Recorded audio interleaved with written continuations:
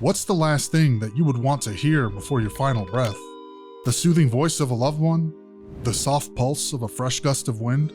What about your favorite song, Just One More Time, fading out of your existence in sync with the notes that you know oh so well? We're about to unravel a twisted tale that begins during some of the happiest moments of a young couple's life. When two people choose to spend the rest of their lives together, dedicating each other's love in holy matrimony for eternity, one particular phrase from wedding vows tends to hold greater weight than most of the rest, for better or worse. Even the most agreeable of partners will eventually have disagreements. Annoyances will spring up eventually. It's just human nature. How those disagreements and annoyances are handled, though, that's a whole different story. And sometimes, stories that start as a fairy tale can quickly turn into a living horror. In 2022, 21-year-old Xichen Yang and his wife, 20-year-old Nu Pham, were outwardly living what seemed to be one of those fairy tales just outside of Orlando in the town of Altamonte Springs, Florida.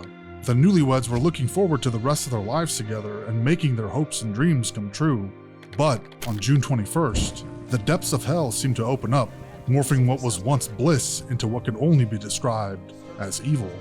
The spiral of tragedy began to trigger alarms when Xichen didn't show up for work at his regular shift as a swimming pool technician. Concerned, his employer called him. A call that was placed with the intention of finding out Xichen's status and possibly a verbal berating by his boss for being late ended as something that was anything but. When the call ended, Xichen's manager was white in the face. Xichen wasn't there at work because Xichen was busy cleaning the scene of where he had just murdered his wife. They dialed 911 immediately after, prompting police to rush to the couple's home at Charter Point Apartments. First responders were confronted with a horrifying scene. Inside the apartment, Pham was found lying in the bathtub, with her and the water motionless, both crimsoned by every pint of blood in her body. Not a breath, not a wave, nor a heartbeat. The wound on her neck was severe. Arterial damage was apparent and obvious. Medics attempted every resuscitation method that had even a fraction of a chance for success, desperately attempting to give Pham one more chance to see those hopes and dreams come true. But sadly, her condition was incompatible with life. She was pronounced dead on the scene by the Seminole County Fire Department. Time of death, June 21st, 2022, 9:13 a.m. Xichen was nowhere to be found in the apartment, but a pair of pink rubber gloves and a bottle of cleaning disinfectant in the hallway showed that he had been trying to erase the evidence of his actions. Xichen's escape was short-lived. Police quickly located him in a red Subaru outside the gated apartment complex and made an arrest without any complications. Xichen was transported to an interrogation room at the Seminole County Sheriff's Office and would confess what he had done to his wife, but what investigators needed to uncover was why. What exactly happened and why did she have to die? The details of Xichen's monstrous acts would come to light in only a few short hours, but the shock and horror of his deeds would ripple far beyond. This is the interrogation of Xichen Yang.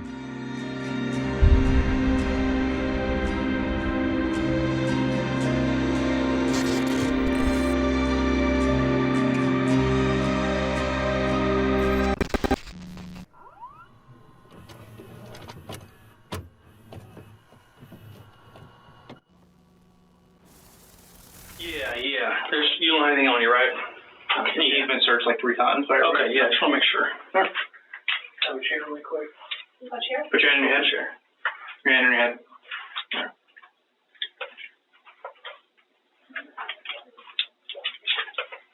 All right, put this one on your head too. All right, you're good. Go ahead and sit down, man. Have a seat, today.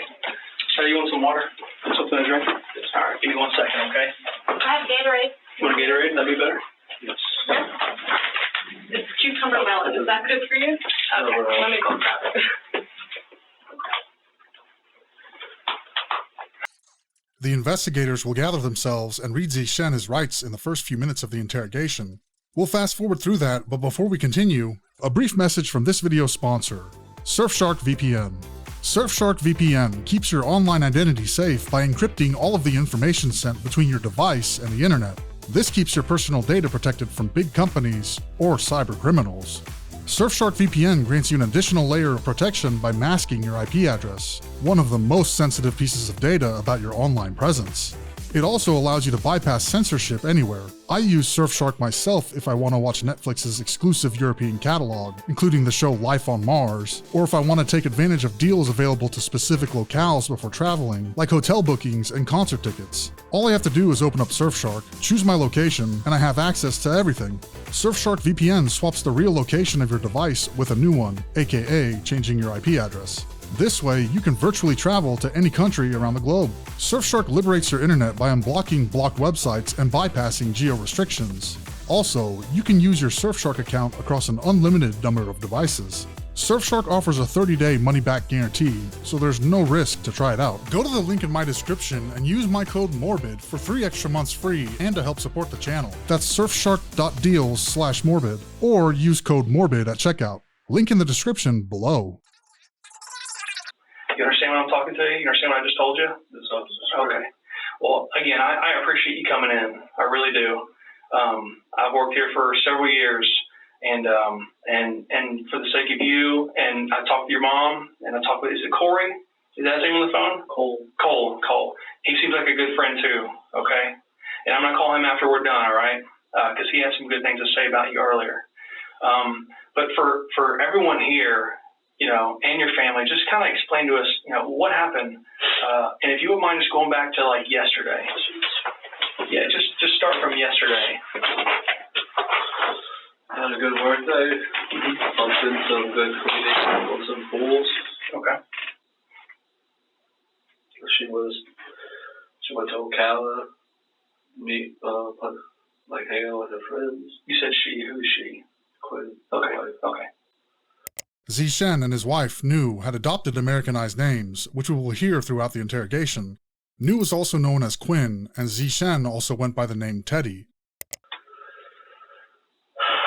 I just wish that she had fun. I was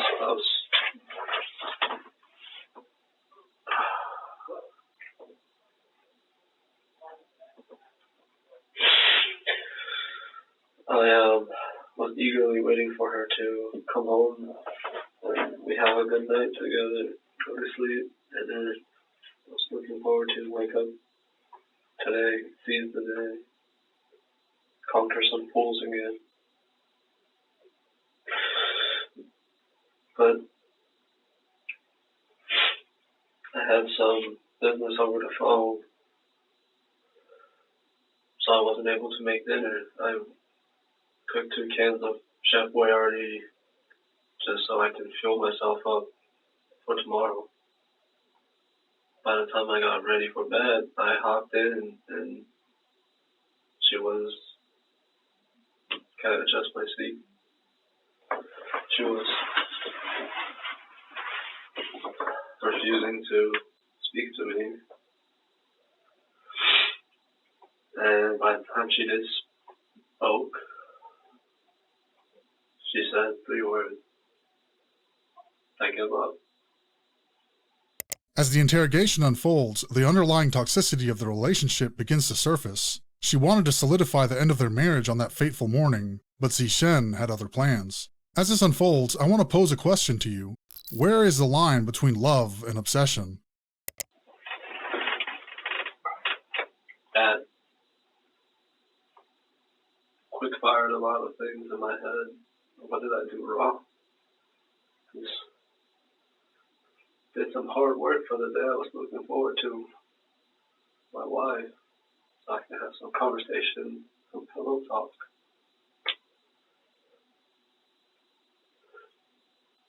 And she didn't want me vaping, but those quick firing in my head got me overthinking. And I just needed something to calm down, so I went to a smoke shop. Got a vape. I've been struggling with, not really struggling with the nicotine addiction, but it's the fact that she kept my word and was like, you said before, like, you have a problem vaping, so I'm gonna make you stop. So I tried several times, and I before I bought last night's vape, I bought a vape behind her back, just so I could get through the hard work. And she found out and threw it away, and we had a talk, and I was like, yes, I will stop vaping. I will be a better man. And the moment she said she gave up, that hurt me inside. Because if she didn't say she gave up and I didn't overthink, then I would have kept my word to make the relationship work. Mm-hmm. But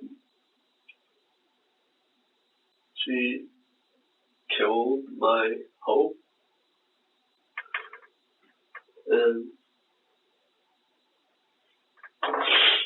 I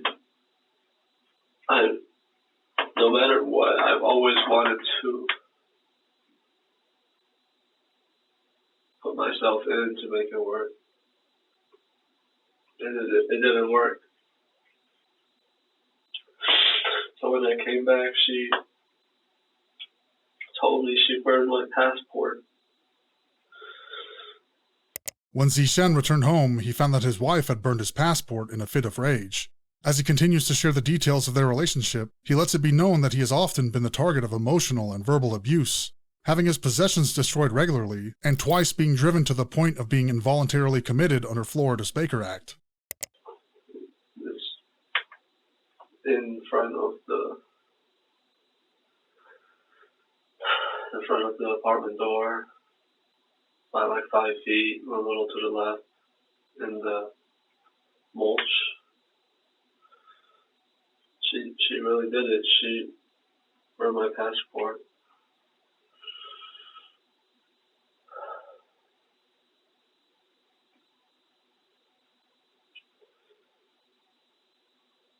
And that's what happened for the rest of the night. She wanted me to leave so she wanted me to leave the place, wanted me to pack up and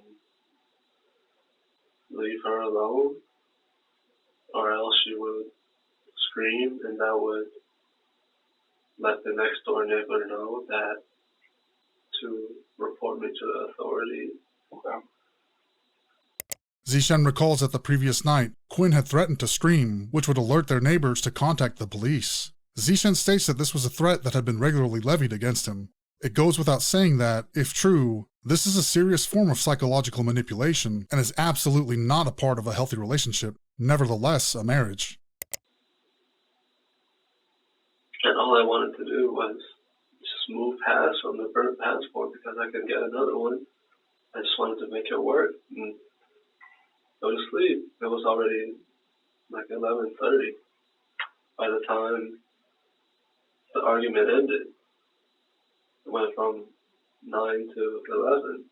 I was ready to sleep by 9, and I had to strain myself to talk to make it work, and talking wasn't enough, and she was pressed on leaving this morning. So we slept, and this morning alarm strike. So that was, I wanted to make it work. I don't know how many times I have to say it.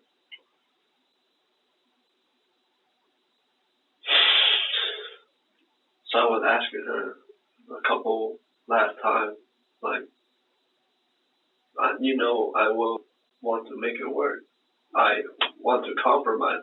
I know I have a thing with nicotine right now, and I just need it to get through work in stressful situations. And she doesn't have it. She wanted me to cut it cold turkey. The couple had an ongoing dispute about Xichen's use of nicotine. While Quinn wanted him to better himself and to not rely on crutches like a vape, Xichen argues that he tried to be a good man regardless of this one weakness, at least the one weakness that he admits to. Keep in mind, we can only hear Xichen's side of the story. Many things he says will have an inherent bias simply due to the fact that we can't and will never be able to hear the other side. And also, I have been Baker acted twice because I hurt myself. And you know what? I don't mean to cut you off a little bit, but for me, sometimes I like to go back a little bit and kind of fill in some gaps. So either I understand, and we all understand, and then because I want to talk about the Baker acts and stuff too in a second, okay? What time did the alarm go off this morning? 5:20. At 5:20? And just explain a little bit more. At 5:20, what happened from then until you left the apartment and you called your friend? Just a little bit more detail. Like, I can obviously tell that you were really trying to make it work. And the fact that she burned your passport last night would have really upset me, and I'm sure a lot of other people as well. But when you came home, and I'm going to back a little bit more, so stand by for 1 second. So when she burned your passport last night and you came home and you saw it, what was that like? What was that conversation like? Was she yelling? Was she trying to leave in? Just explain to me a little bit when you first got home and you noticed your passport was burnt in the mulch. Like, what did you say to her? We didn't raise our voice. She alerted the next door neighbor if anything unusual happens. Go ahead and call the police. Further bolstering the notion that Xichen was most likely a target of abuse at the hands of his wife is this. His wife had already told him that she would scream and that she had told the neighbor to call the police. However, there's an alternative way of looking at this. Given what ultimately happened to Quinn, being killed by her husband in their home, it may be possible that she had been a victim of Xichen's physical assaults in the past and offered this warning as a way to ward off an attack. If that's true, we may never know, but the possibility exists. And I just came home and she said, "I burned your passport. Are you happy?" No. I believe my social security card was also inside the passport. She could have burned a lot more things. She could have destroyed more of my belongings. And before I was Baker acted twice, I came home from working one Saturday because I needed to take care of a filter. I came home, it was like a storm came through the apartment. My laptop was damaged. My valued books was trashed and took a bath. So she didn't treat you very well, is what you're saying, right? Okay. But when you noticed that your passport was burned, what did you say to her? Like, what were the words that came out of your mouth? I mean, I would have been upset, but I wasn't there. So tell me what you said to her. Because those are some pretty hard items to get, so I would understand if you were upset about it. But what exactly did you say to her? I asked her I could always get I told her I could always get a new passport. That's no big deal. I could maybe get a new social security card. It's like I forgave her up front, and all she said was,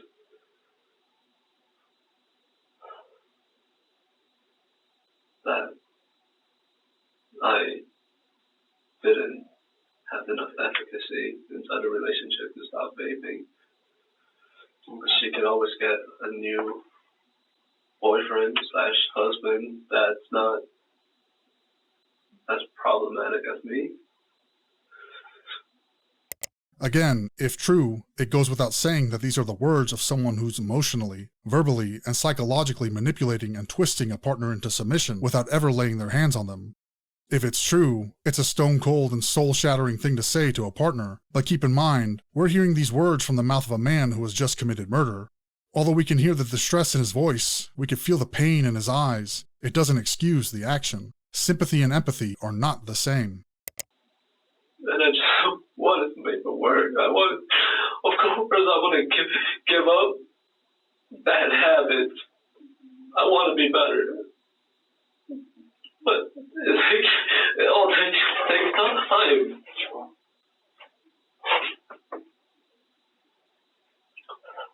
She also, the last time I was back interacted, I lost some friends, and she told me she called my friends last night after she burned my passport, like, hey, your friend's kind of failing in life. He can't make it. He won't be fruitful in his becoming of a better person. He's always going to be like this. So she was telling your friends last night that you basically weren't like a good person, we're going to fail in life, and she's telling all your good friends all this, right? Another layer to the toxic cake, Xichen says that Quinn would actively belittle him to their mutual friends.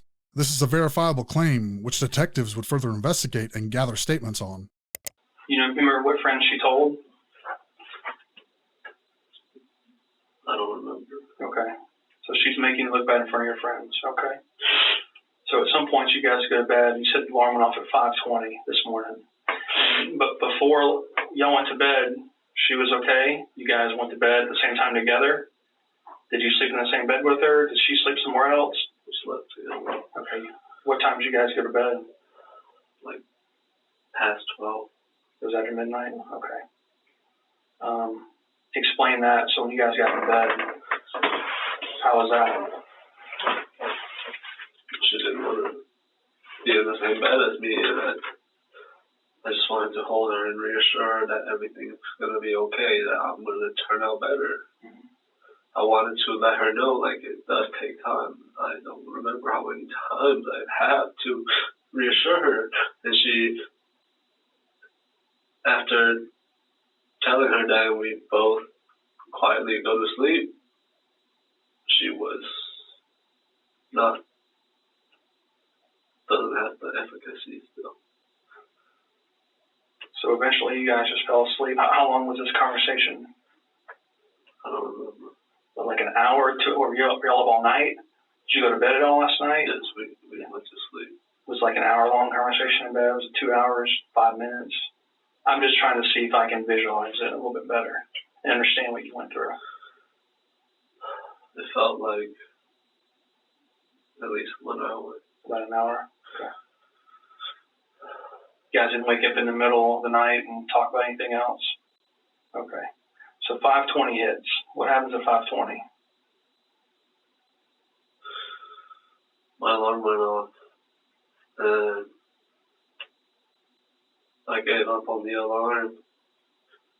So we actually woke up at around 6:30. And I woke up and I was like,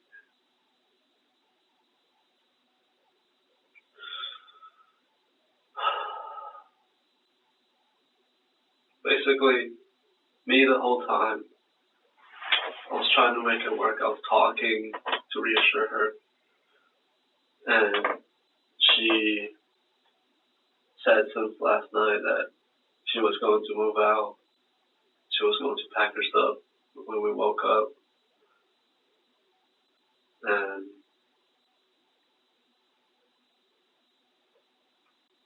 so she packed up and decided to leave. And she said she was going to spend all day today to pack her stuff up and leave. Sorry, you said she told you that last night, and then this morning she actually started to pack up. Is that right? Yes. Okay, so she's starting to pack some things up. Okay. And I was getting ready to go to work. I had water and some snacks. And I was scared she was going to do something to my belongings too. Especially the shirts. She tends to be a petty person. Before, when we broke up before, she said something along the lines of, give me back the shirts I bought you. Give me back. Gotcha. The thing that I was willing, like, I didn't tell her this, but unconsciously I was willing to, like, live in my car for a couple of nights just to process things. If she didn't want to, if she couldn't find a place to crash, I was going to let her live for a couple of nights in an apartment. And she agreed to allow me to stay there for the rest of the lease term. So, but I was scared to leave my clothes there. I was afraid she might take them or tarnish them. So it's a valid reason. She just burned your passport. So yeah, I can see that. Okay. So I threw most of my clothes in my car, and by the time I got all my clothes off the rack, I came back and she was saying things like, "Oh, so you're packing to leave. I guess I will stay." I tried to explain to her, like, I'm scared you will do something to my stuff. So, but I want to stay because we agreed to this, and I will allow you to stay here for a couple more nights if you can't find somewhere else to sleep. But she said she has friends she can live with, so there was no difficulty in that. But just as an insurance, I was willing to give her some time, but not for the rest of the lease term because we didn't agree to that. And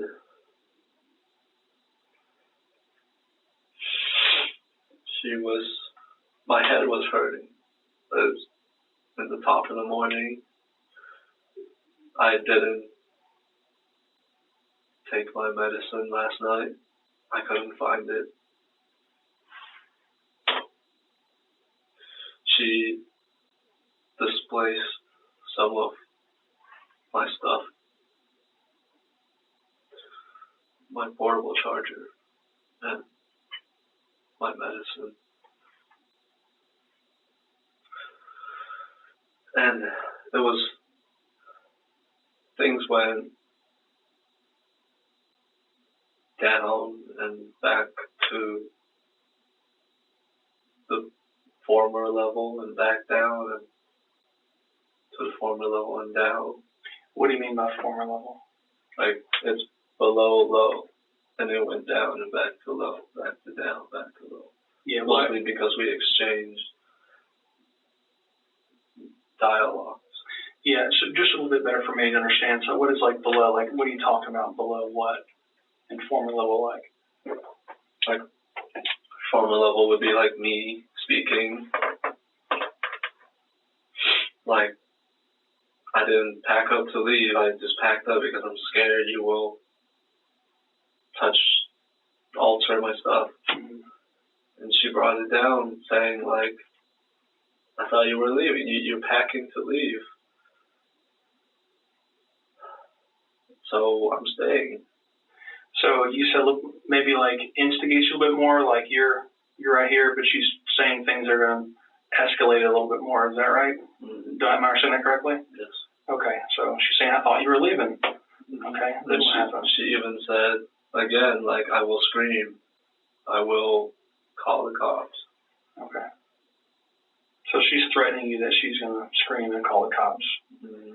And why would she say that again? Because over the course of the relationship,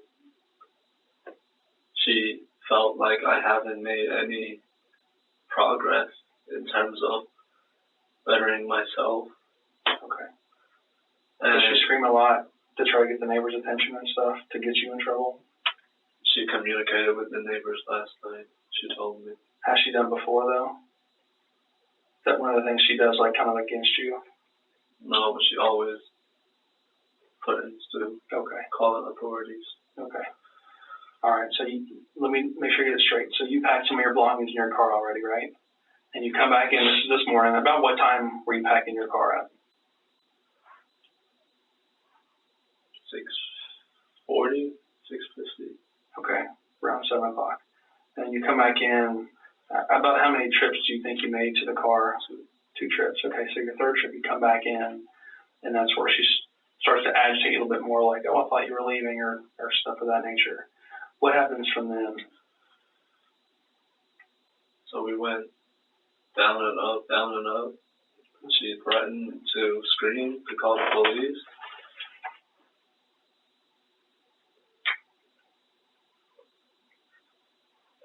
And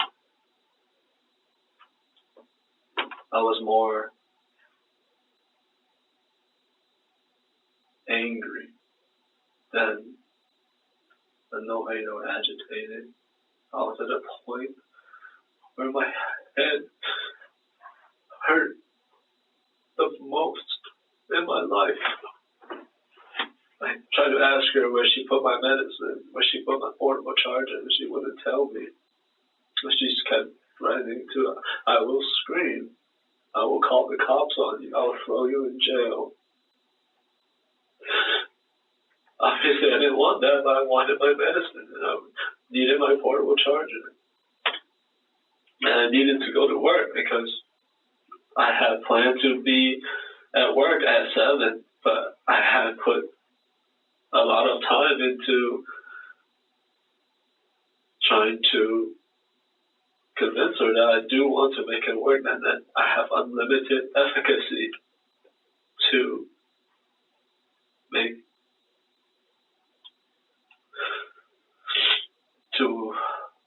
get over our problems together. But it's not successful. And at that, Xichen and Quinn had made an impromptu agreement that he would keep the apartment and she would stay with friends, and that she would move out while Xichen was working that day. Given her past actions, though, he had a very real fear about his belongings being damaged. Quinn, upon seeing him take his clothes out, decided to renege on their agreement, stating that she was now going to stay. In Xichen's words, she had always been petty in their disagreements in the past, often damaging or displacing his property, and in this instance, including his mood-stabilizing medicine. He says that he spent the morning trying to smooth things over while simultaneously battling a migraine, but no matter what he did or said, it was always somehow wrong. And for her, I think she deserves it, as well as yourself, to kind of get this out. I know it's tough to talk about, but this is part of the process, Teddy. And you've gotten up to the hardest part so far.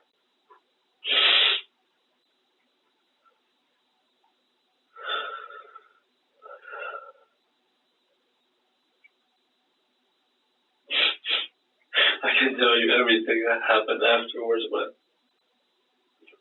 did she fight you at all? Fight me? Was she fighting you?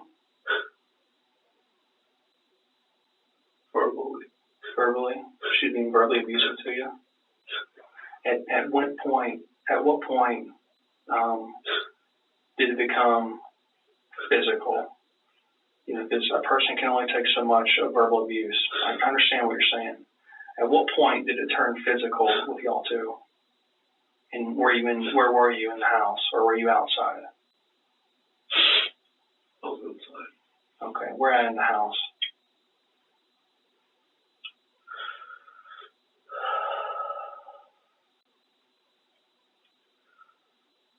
I was by the wall divider, facing opposite from the entrance of the kitchen.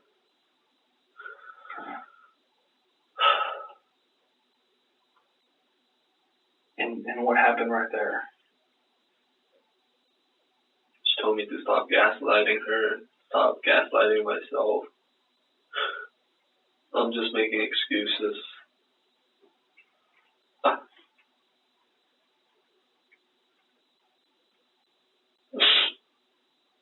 She said it since last night that I'm just manipulating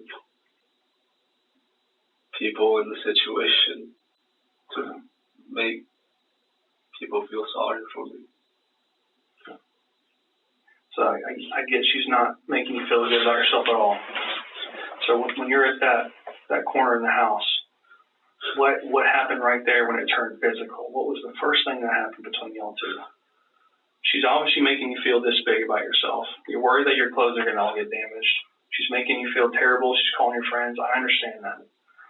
I just need to know at what point and what happened when it turned physical between you two. What was she saying and what was your reaction?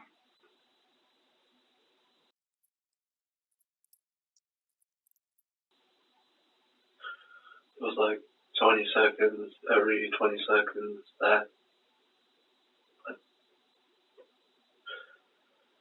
repeat what I have said, like I want you to move out and not scream and not make it so difficult for us. Every 20 seconds since I came back and she said, you're moving out. Every 20 seconds or so. She always deflected it and said the same things back. I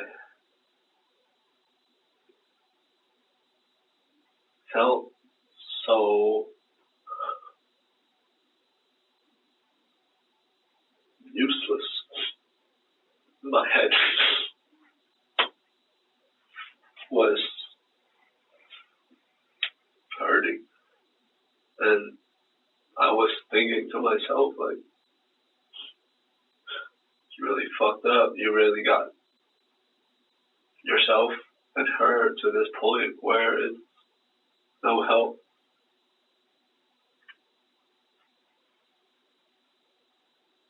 I was loathing. I was not thinking resourcefully,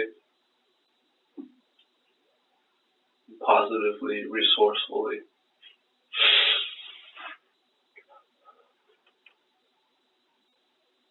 And what happened at that point,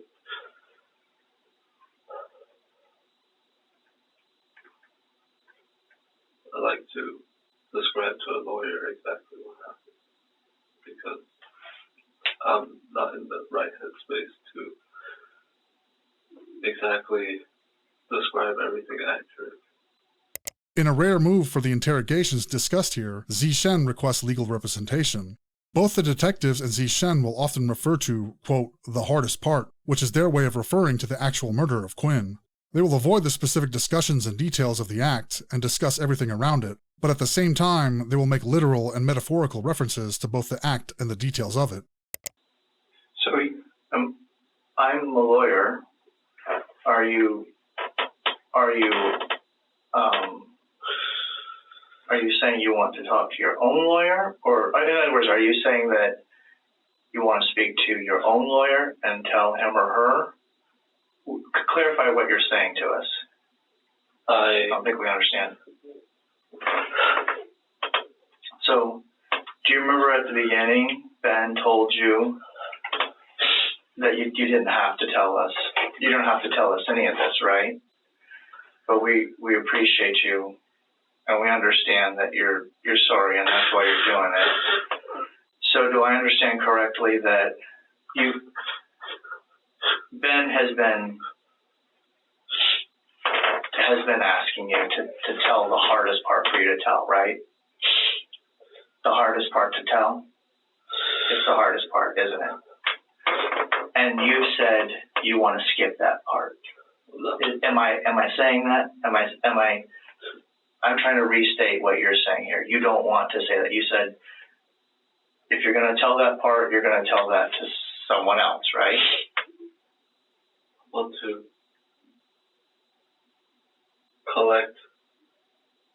recollect my memories and my emotions so I can tell it to my lawyer when it's time to. When you're ready to do that. Yes. So then you said that you were getting ready to talk about that part. Do you want to tell us about that part? Or do you want to tell us about nothing further? I can keep telling. Okay, then we can skip. Remember, he said you can tell us about anything you want, and you can skip anything you want. So I apologize for cutting you off, but I just wanted to clarify your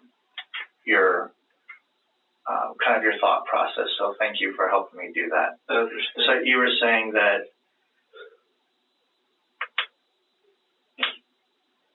I called my mom. I tried to call her several times, and I couldn't get a hold of her. After calling her while you were still at the house, yes, she didn't answer. She didn't answer. Does she live nearby? No. It was 7:20. I tried to about that 7:20. I tried to call her several times.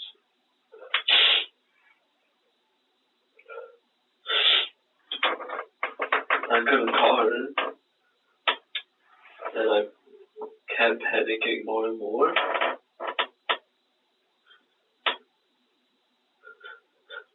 And she eventually called me.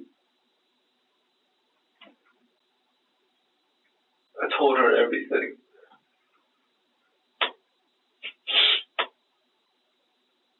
And called the police. After Xichen talked to his mother and told her what he had done, she placed a call to 911. This is that call. Seminole County Sheriff's Office on a recorded line. This is Michelle. Hello. Yes, hello. This is Seminole County Sheriff's Office on a recorded line. My name's Michelle. How can I help you? Yes, I have some emergency. My son told me just now. He said he killed his wife and he's going to kill himself, but I don't know where they live in Elkhorn Springs somewhere. I think they called 911 2 weeks ago. Do you know what his phone what is his phone number, ma'am? Okay. Let me see. His wife, Xichen Yang. His number is. All right. And what is your name, ma'am?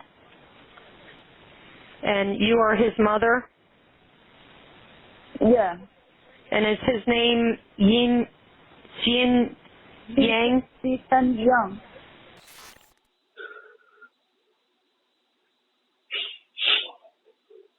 We talked for about 40 minutes.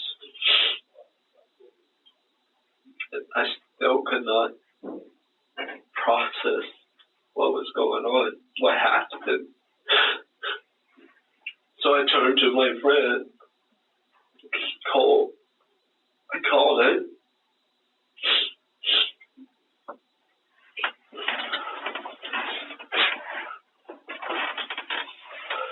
I told him I couldn't make it to work today. I told him I wanted him to work hard and become successful. I wanted him to take care of his family. He asked me what happened. Is me and my girl doing all right?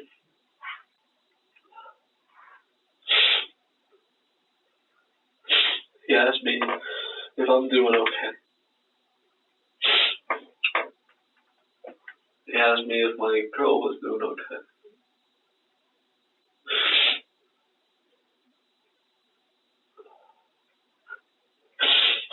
And I told him what happened.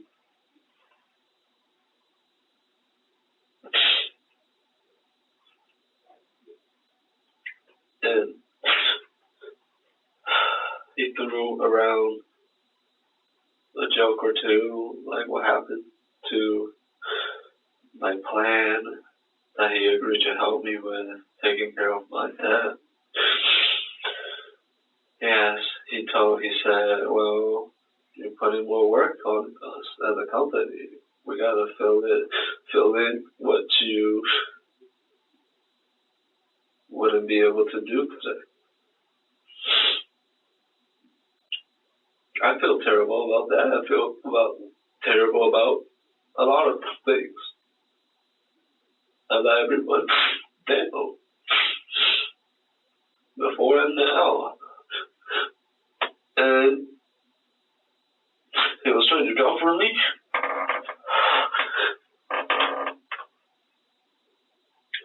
He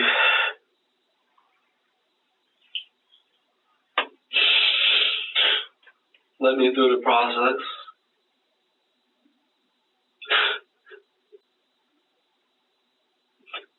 And I did that.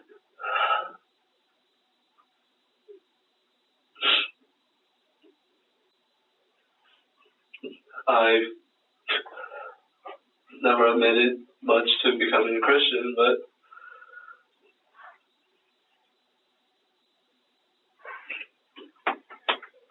I've always believed in God. And I want to be a good person like I always said and felt like I wanted to.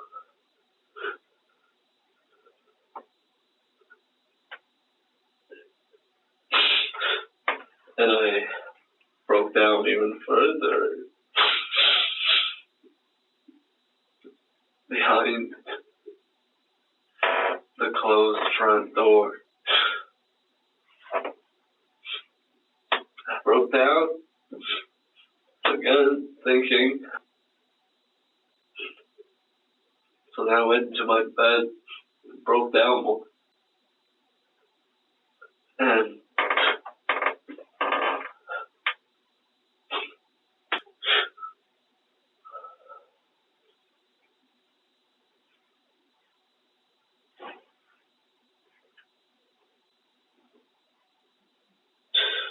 I couldn't think straight all morning.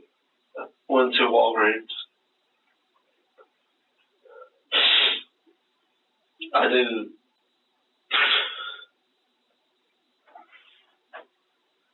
don't think anyone would say or think or feel there is a reversible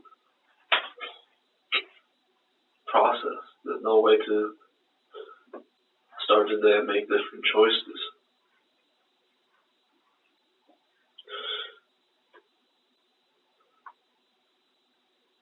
So I was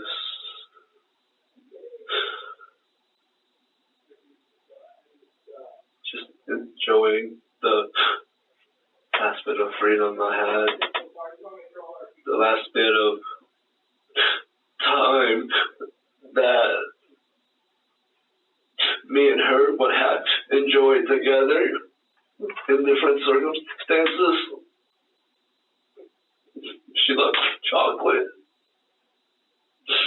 And I loved mint chocolate.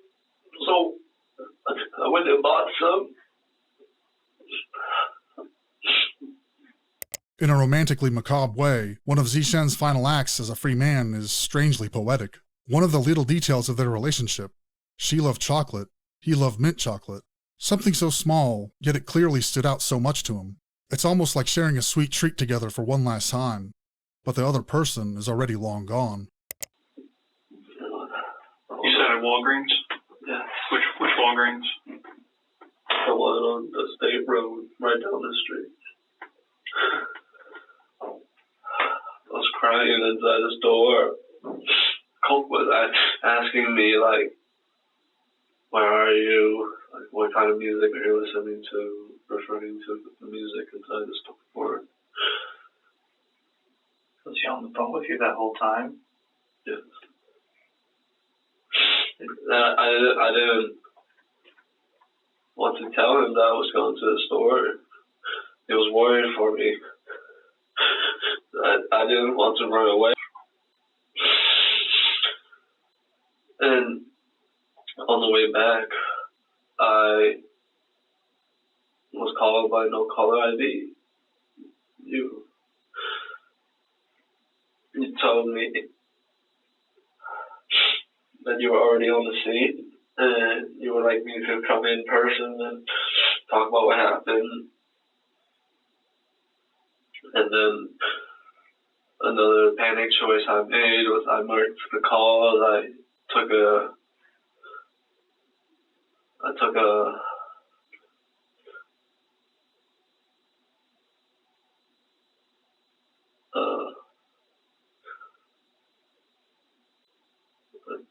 detour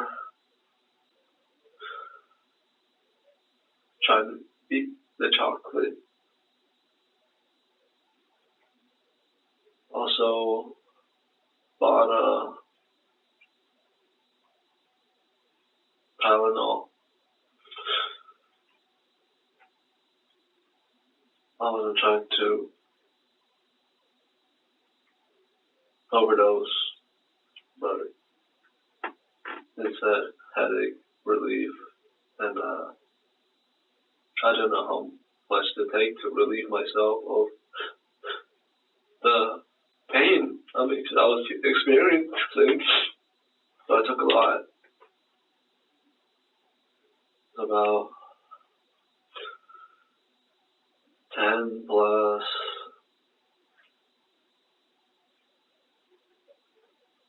2 palmfuls, not full palmfuls, but like 1 full palm of Tylenol. I don't mean to cut you off, but in your car, I could see from the window, it was like a red and clear plastic bottle of Tylenol. It looked like it was a bigger bottle. It was full. Is that the one you're talking about?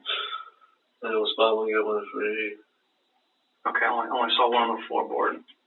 Well, I bought 2 because it was buy one, get one free.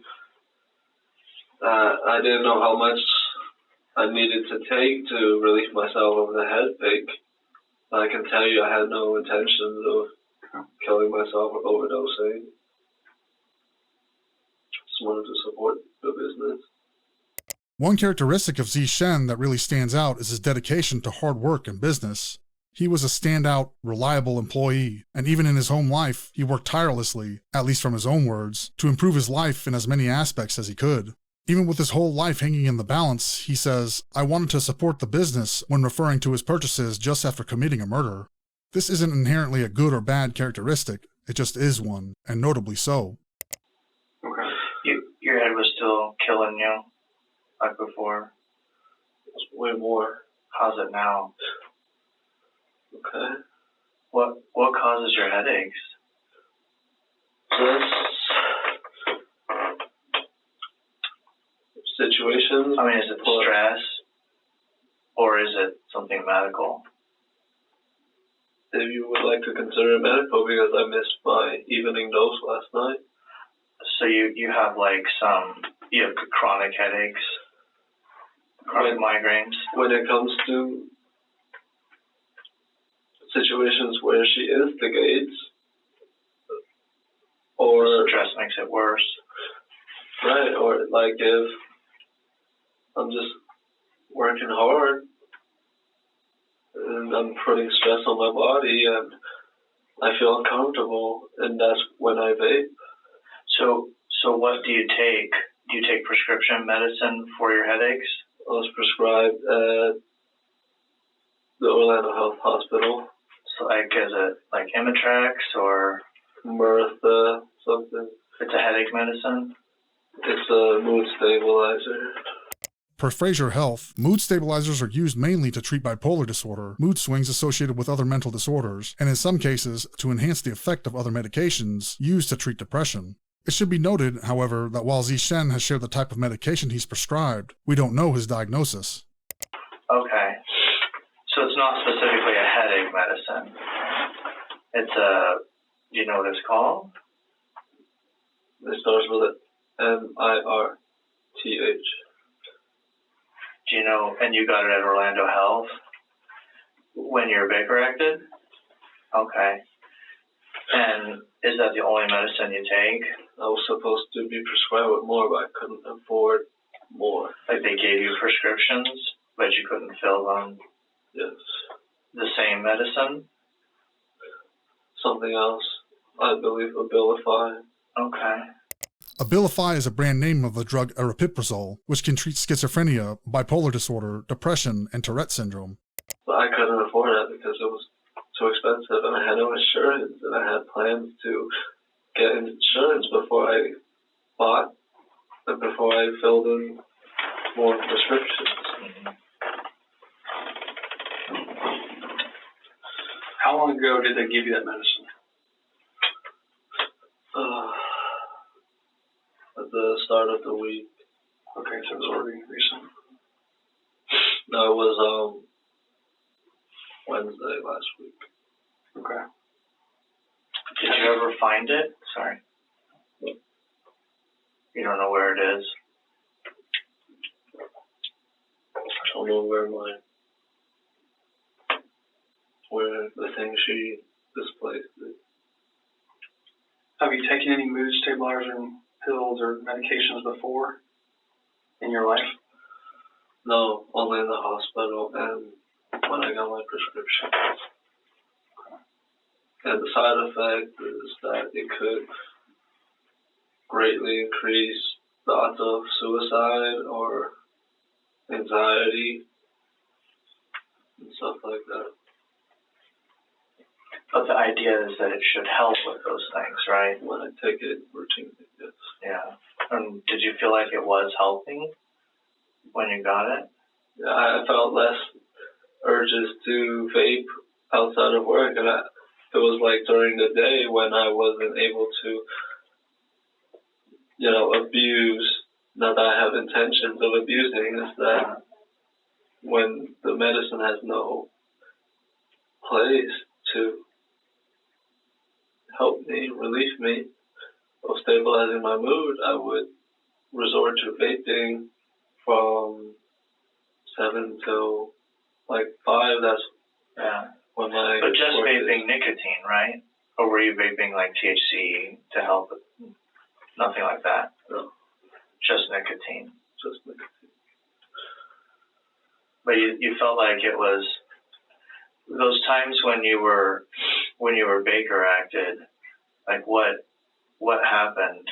We kind of cut you off when you were talking about those. What happened the first time? I cut myself once or twice, and the second time I cut myself a lot. How come? Because both times and more times beyond the two, she likes to threaten to throw me in jail. Falsely. Well, because we have a fight, but I don't. But you don't touch her. But she threatens to say, you touched her? Is that what it sounds like? And so then how does the cutting help the situation when that's going on? Well, the first time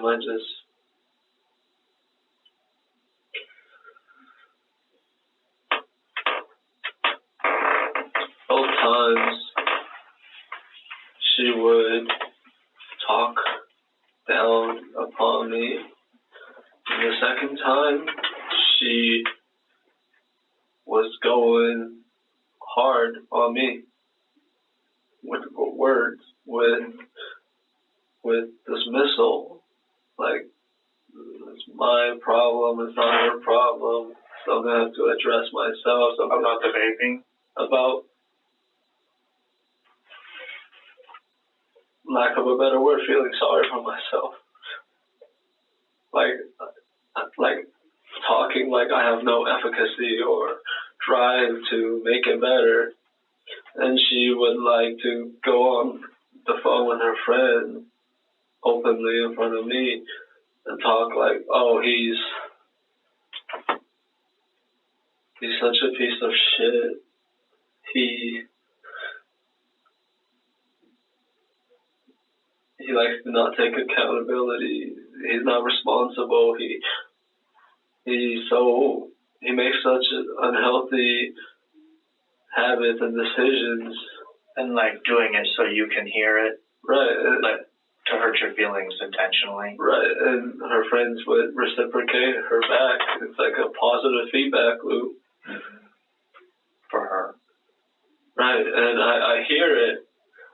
And the second time I just couldn't take it, and I guess you would call it like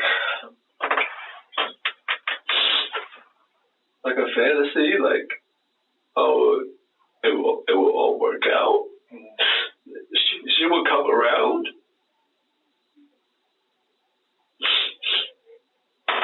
She would tell me she loves me and like reassure me and encourage me.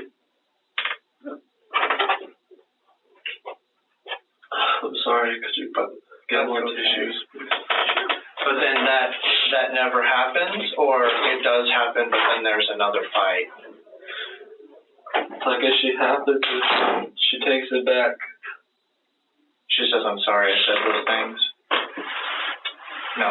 So it's like she would, like we would move past that, but she never would apologize, and she would be like, "You need to do this. You need to stop the bad habits. You need to." Is the only bad habit she had a problem with was the vaping? Before it was. That's not that serious. Before it was prioritization. About income, money, work, like getting something ahead in life. It's a part of that. So it was a lot of little things building, kind of. Do I understand that correctly? It wasn't one big thing. To me, it felt like one big thing. To her, it felt like one big thing. But no, but sometimes people can be in a relationship and then say I cheat on my wife, like I sleep with another woman. I've never done anything wrong before. Like that's a big thing, right? Do you see what I'm saying? That's a big thing that can wreck that relationship. Or there can be little things that can eat at a relationship. It sounds to me like it was little things that were smaller than, it wasn't one big thing that she couldn't get over, right? Can I just say, can I ask you guys, I'm asking for your guys' opinion. If you guys are in your 20s and you guys are prematurely married, but then I got married when I was 23. And then you guys agreed to go on a break. Are you familiar with breaks? A break like a free pass, sexually? Or do you mean not be together for a minute? Not be together, but also a free pass. Okay. Well, I never had sex with another woman since I met her. I just and so comfort. So you guys agreed to do that at some point during your marriage? Yes. And then it didn't work out well, relationship-wise? It didn't work out well because without her, and I was at a stressful job, on my time off, I didn't really have my friends to talk, and I just thought, like, what if I was cuddling or being cuddled by someone and just didn't really focus on, like, moving beyond that point. I just wanted to be comforted. I just wanted to watch TV and cuddle. And so then when you guys got back together after the break, it was different. Is that what you're saying? Yes. The crack that caused the earthquake has been discovered, the beginning of the end of the relationship. At some point, the pair agreed to separate, and after some time apart, they ended up back together. Xichen maintains that he never wanted or sought any sort of intimacy beyond cuddling from anyone. We'll find out shortly how Quinn felt about the entire arrangement, and how this separation never should have mended in the first place. And so that was kind of the beginning of the end kind of thing? I tried to tell her what happened, and she didn't believe me. She was thinking, like, saying, like, totally fucked other people, we totally did all of that. And I've always been genuine with my intentions. Yeah. I told her the truth. Like, I just was seeking comfort because she almost rarely provides that comfort, even though she knows what a person like me needs. Sure. So she just could never get past the break. It never was the same after that. Was that brought up this morning and last night? Did she bring it up a lot? Just, I believe it was brought up last night. And I tried to tell her, like how much I want us to be together. Like, if she felt like it was cheating, I said sorry. It would never happen again. The same with the vaping. Like, I would just throw all of that away, past, and just be with her. And like, if she felt like I wasn't communicating well, I was willing to go above and beyond and communicate with her and being honest with her, even though I have been honest.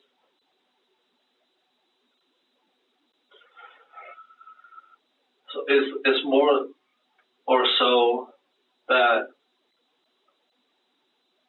I have nothing more to prove, but I still had to prove more. I still had to prove myself more.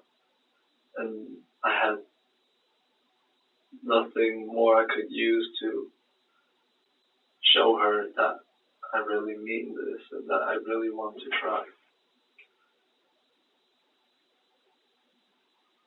You know, all of us have, every human being, maybe I can only speak for men, so I apologize, because I am one. But every man, I think it's safe to say this, has gotten to the, and I think maybe just some women just don't become physical as easy. Some do, but I think all men have gotten to the point at some point in their life where they've done something that they wish they hadn't done. What the detective says here is, admittedly, very uncomfortable to listen to. Using vaguely coded speech, he attempts to find common ground with Xichen by saying that, in summary, every man has gotten to the point where he's done something violent, and while not saying it specifically, references to the violence being targeted towards a partner. We have to assume that this is just something being said in a bid to get Xichen to open up more about the details of what happened, but it's an extremely odd and undoubtedly questionable stance to find commonality on. And because of anger, or because of sadness, or because you just feel like you're pushed too far. I mean, good men, lots of good men, have gotten to the point where they've done something that good men don't do, right? Doesn't mean they're not a good man. It means they did something that they shouldn't have done. I've done it. Every adult male that I know has done that at some point. And sometimes that's physical. But when you do something physical, when you punch your friend because he says something you don't like, right? Or when somebody does something because they've had too much to drink, or because someone pushes them too far, you do that thing, but then you immediately realize that what you've done, what you've just started, is wrong because you're a good man, and you stop. Because the way I have felt it before, and that's the only way I know you can't be in my head, and I can't be in yours, so I'm just telling you from my experience and just trying to understand your experience, is when I feel it building, and I'm feeling the desire to do something that I know I should not do, my emotions are telling me to do something, but my rational brain is telling me, don't do that thing. And I know what that thing is. I know that that thing is violence, right? That's why I say all men, because I think all men have that built-in ability to be that way. But when you feel that, when I feel that coming, my brain tells me, I know I'm angry, but I can't do this thing. Do you understand what I'm saying? I hear you. Okay. So that's my question is, how did that, if you feel it building, then what made you make the choice to go forward with what you were feeling rather than go away or not make the bad choice? You follow me? Can you repeat the question? So when you feel the anger building,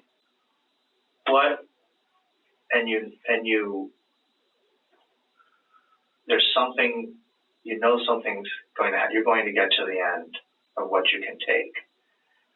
Then what do you think made you make the choice to do something that you couldn't come back from instead of thinking, this is something I can't come back from? I think I didn't even bother critiquing her for destroying my passport and the past events of destroying my stuff. Yeah, you said it wasn't a screaming match, right? You weren't screaming. She wasn't yelling? No. But I guess, and I'm having a hard time explaining what I'm getting at to you, because remember, you've asked us to skip the middle, right? So I don't know what that is. That we're skipping. But there has to have been something.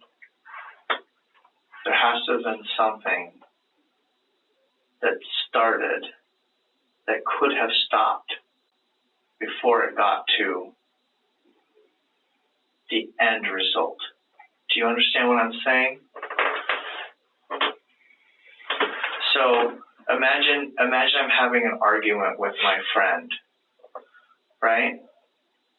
I'm arguing with my friend, and he's getting more angry, I'm getting more angry. He's getting more angry, I'm getting more angry. And then eventually he pushes me over the edge, and I pull my hand back into a fist, right? So he's pushed me over the edge, I pull my hand back into the fist. But my brain is still working, right? I can punch him in the face in his living room, right? Or I can stop, right? If I stop, it's over. I have used my head to overcome my emotions. But what if I do hit him? Okay, I hit him once. I can't come back from that, right? But I have another choice. I knock him on the ground, I can leave it right there. Or I can jump on him and I can hit him again. And then I have a choice after that. I can hit him again. You see what I'm saying? Do you understand? The analogy of hitting a friend here is thinly veiled as a reference to Xichen's attack on his wife. There's a marked difference between hitting someone once, or in Xichen's case, using a knife, and doing it over and over again. While Xichen will remain tight-lipped about the specific acts, the evidence of said acts will speak for him instead. There were excessive wounds to Quinn. They want to know why Xichen didn't stop at any point in time and instead opted to continue attacking her, over and over, again and again. And I can hit him again, and I can hit him again, and again, and again. And every time, I have the choice to stop hitting him. Right? And then, after he's unconscious, I can pull out my pocket knife and I can stab him in the chest. And I can do it again and again and again. But every step along the way, I have the ability to, I'm making that choice. I think after making the first choice, such as pulling your fist, yeah, I can't come back from that. My friend knows. That's what I'm asking you. It's not all or nothing. How did it get to it's all? I want to talk about the way I grew up. It's, in my point of view, I'm pretty sure everyone growing up has experienced physical abuse from our parents and, say, other people. And all the times I experienced it, it wasn't halfway. It wasn't halfway. It was like my dad would beat me and my mom just spontaneously. When I made a mistake practicing the piano, my instructor would beat me with a pencil. There was no holding the pencil. No threat. If you make a mistake, I'm going to hit you. It was all of that. It was when I went through military school in 8th grade, it was same way. Yeah, stand 4 or 5 hours, or give me 50, or even like between me and barrack mate, like in the bathroom, he kept annoying me. I told him to stop, and he just, out of the blue, just started beating me. Mm-hmm. It was, from my experience, it was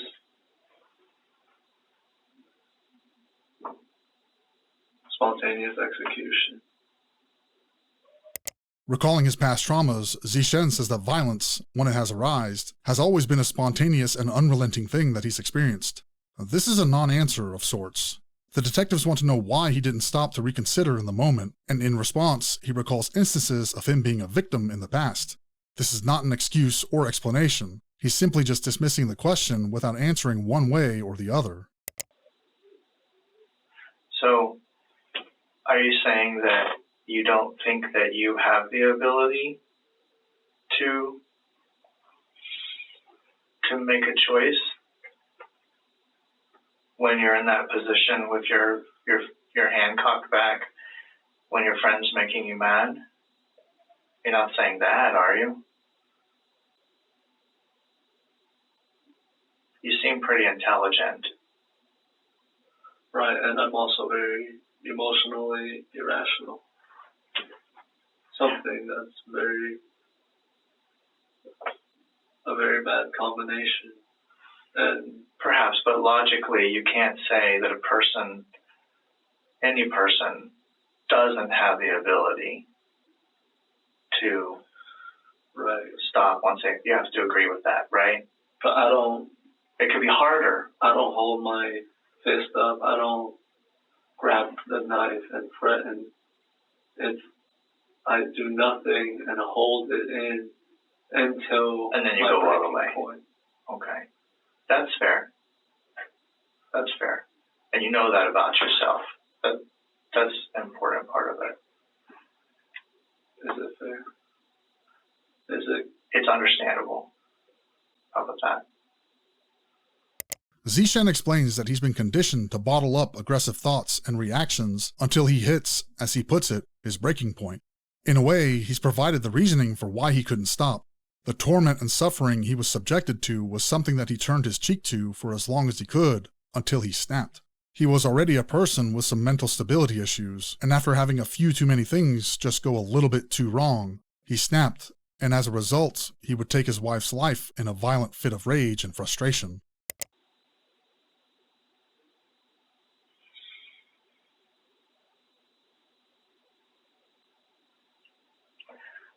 So, after you realized, after everything was over, you said before you called your mom,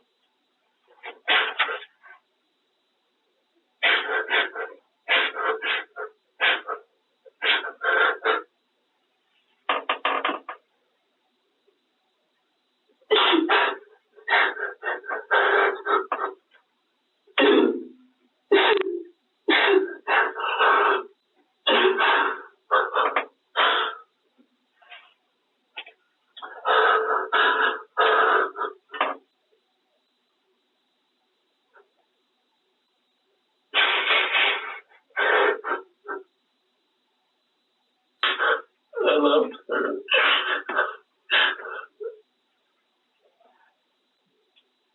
When did you call your mom? Remember what she was wearing when she woke up this morning? Wearing a coffee, large coffee t-shirt, and she was in her panties. What color was her t-shirt? Like my t-shirt? Her t-shirt. It was coffee. Oh, a coffee. Oh, okay. I thought you said large coffee in the front. Okay. It's like a brownish color. Okay.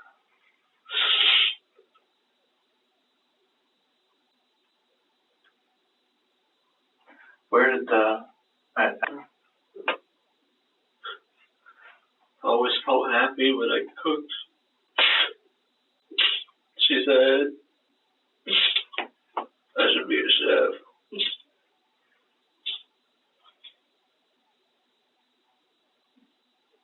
I put all my love into cooking, taking care of the place.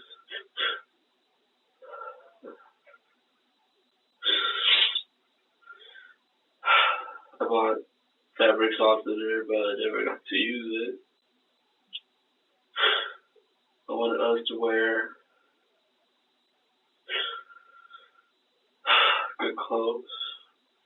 I wanted us to not just wear clean clothes, but unwrinkled clothes. I bought seasoning. I researched the ways to make the food good. Not just dry rice, not just dry meat. I try to cook it the best I can.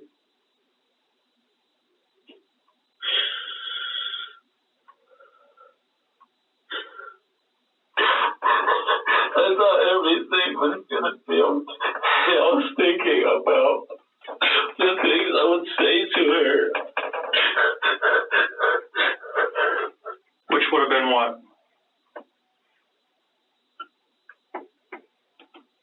Does this smell bad? Is it a bad? Is it good for you?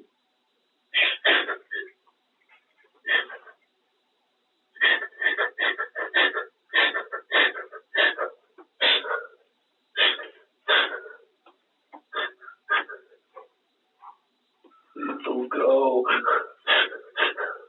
I want to make it work.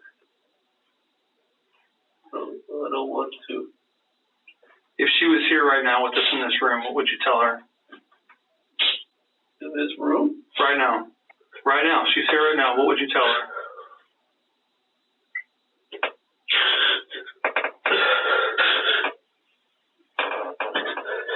Hey, baby. I'm sorry things had to go this way. Just wanted to go to work today and come back and see you.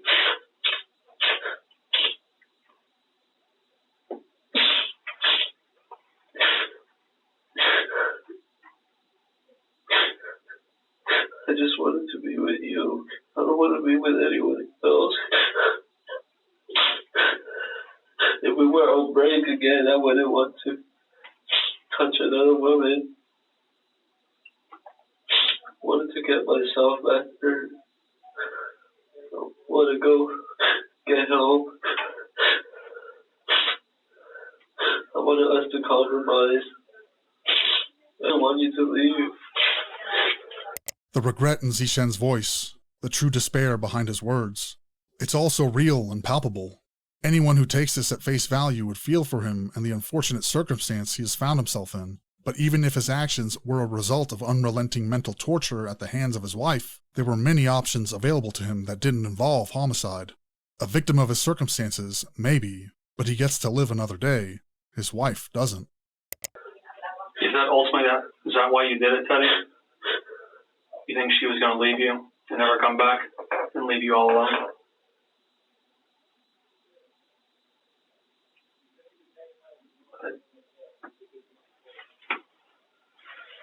And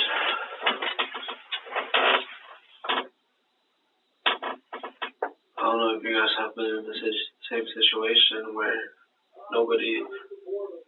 you're Pinocchio, you're the boy who cried wolf, and all you're willing to do is anything to not be the boy who cried wolf. Well, remember, the story of the boy who cried wolf is that the boy who cried wolf falsely stated that there was a wolf among the sheep multiple times, right? So that when it really was a wolf, no one believed him. Is that what you're saying that you've done? That you falsely stated that she's done bad things when she hasn't? Ultimately, it's different reasons, but the same disappointment.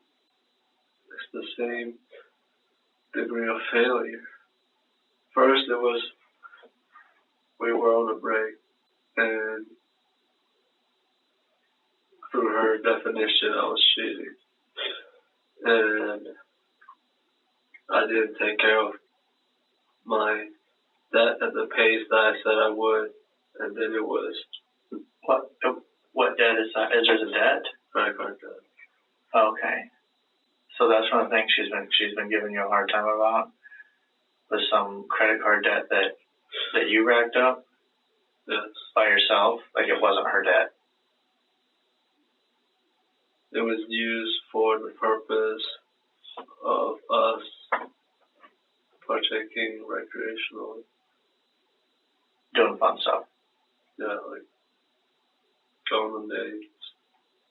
And then all of a sudden it was real high and you needed to take care of it. Well, it went too high, and then I got it. You're paying it off. I got it down, and then it got back again because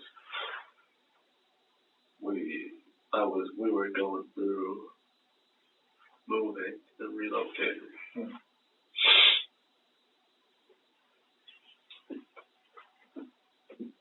It was also because once we were having a nice conversation driving around in Kissimmee, and I forgot something at the house we were renting a room from, and then I got into a car accident, so I had to put a fair amount into the credit card because I didn't have liquid cash to, say, deposit to get my car back, so I had to. Emergencies. Yeah. On top of all the other issues that the couple were navigating, there was an element of financial strain as well due to credit card debt. It's estimated that financial problems contribute to 20 to 40% of all divorces in the United States. And in this case, what seemed to be an already doomed marriage had an extra nail in its coffin. And it was also about the nicotine. It's just a series of failures that should accept no excuse from. And then today, she said it was over. That's over. It was. And you couldn't stop that from being true. You couldn't talk her out of it, right?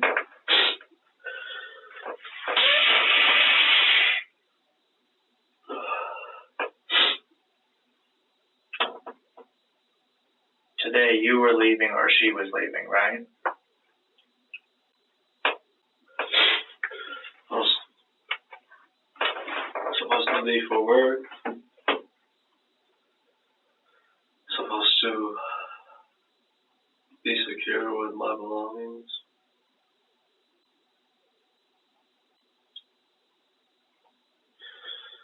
And she had no work.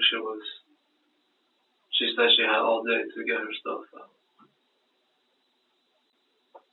So it was over today.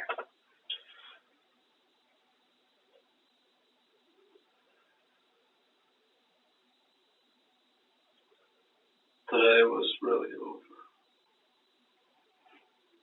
Obviously now it's really over, but if things didn't go the way they did this morning, she was pretty clear she was done with you, and you had obviously packed all your things to secure them, and you're done with her in hopes of getting with her, but she, in your opinion, she was done, right?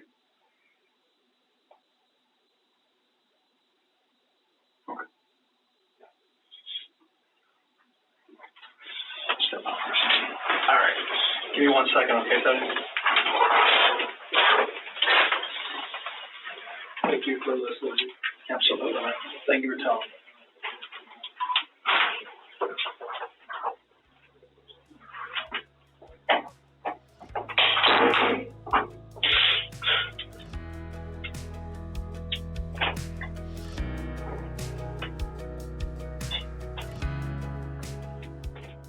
After this interrogation ended, Xichen was transferred to the Seminole County Jail. In an interview with police at a later date, he told them that before the killing, he could, quote, feel himself getting more and more angry and that he could have stopped short of killing her. When asked why he didn't stop when he said he could have, he replied that was not how he was raised and that he is the type of person who always goes all the way. Although Xichen wouldn't speak on it during his interrogation, in a post-Miranda interview, he stated that after having fatally wounded Quinn on the throat, she tried to flee. She attempted to, quote, crawl down the wall towards the door, using what little energy she had remaining to escape. Xichen admitted that he stopped her and dragged her into the bathtub, where he played her favorite music and held her hand for about 10 minutes, watching and waiting while she bled out. He made a conscious effort not to call for help, and after he was certain she had passed, he began his attempt to clean up the walls and the floors.